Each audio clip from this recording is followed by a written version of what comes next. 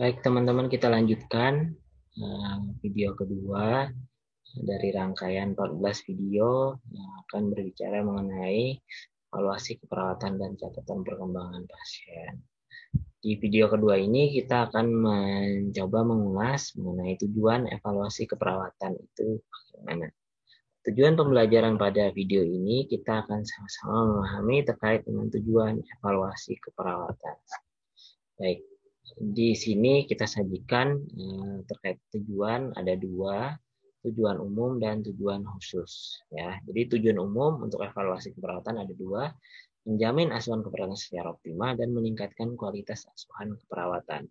Jadi dapat kita artikan bahwa evaluasi yang kita lakukan itu untuk menilai apakah implementasi atas dasar intervensi yang sudah kita pilih berdasarkan harapan atau luaran yang telah kita tetapkan guna menyelesaikan diagnosis keperawatan yang muncul pada saat asesmen, ya, terselesaikan dengan cara yang baik atau tidak.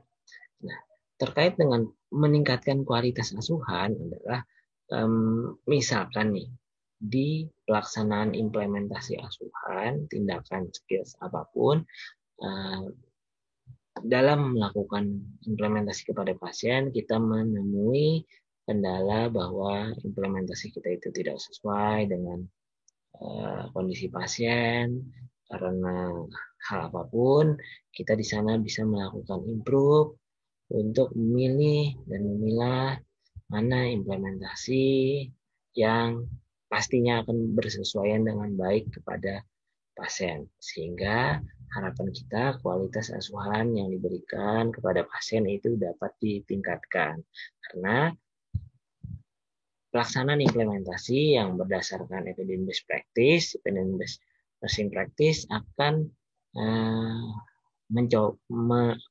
mendapatkan keuntungan karena implementasi yang dilakukan itu mempunyai dasar yang baik, ya, dan punya bukti ilmiah untuk menyelesaikan masalah keperawatan yang ada, sehingga asuhan keperawatan bisa dijamin secara optimal. Proses keperawatan, asuhan keperawatan di sini dapat meningkat secara kualitas. Itu tujuan umum. Untuk tujuan khusus ada 5.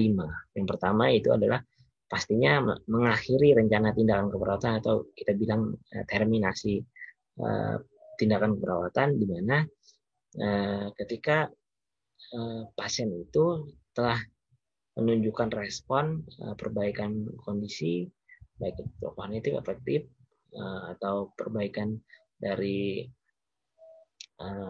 fungsi yang terganggu pada pasien, itu kita bisa mengakhiri tindakan yang kita lakukan.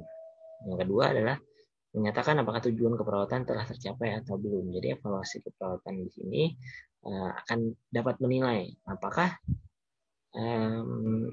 implementasi yang kita lakukan itu membuahkan hasil jika luaran tercapai saat dilakukan evaluasi, atau tidak berhasil ketika luaran tersebut tidak tercapai ketika dilakukan evaluasi keperawatan.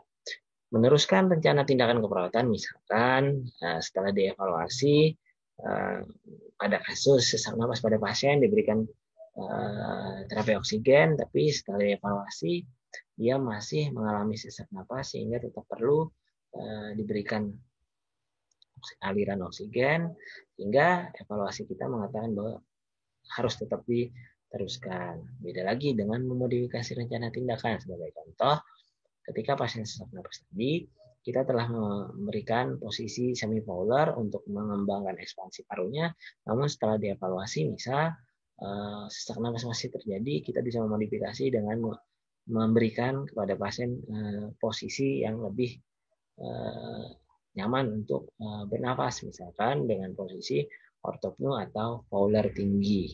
Itu sebagai contoh. Dan yang terakhir adalah dapat menentukan penyebab apabila tujuan asuhan keperawatan belum tercapai, sehingga kita bisa mengevaluasi apa nih yang salah pada perencanaan kita yang diimplementasikan tadi. bisa kita evaluasi di sana. Baik, itu tadi teman-teman terkait dengan tujuan dari evaluasi keperawatan. Kita bertemu lagi di video ketiga. Terima kasih.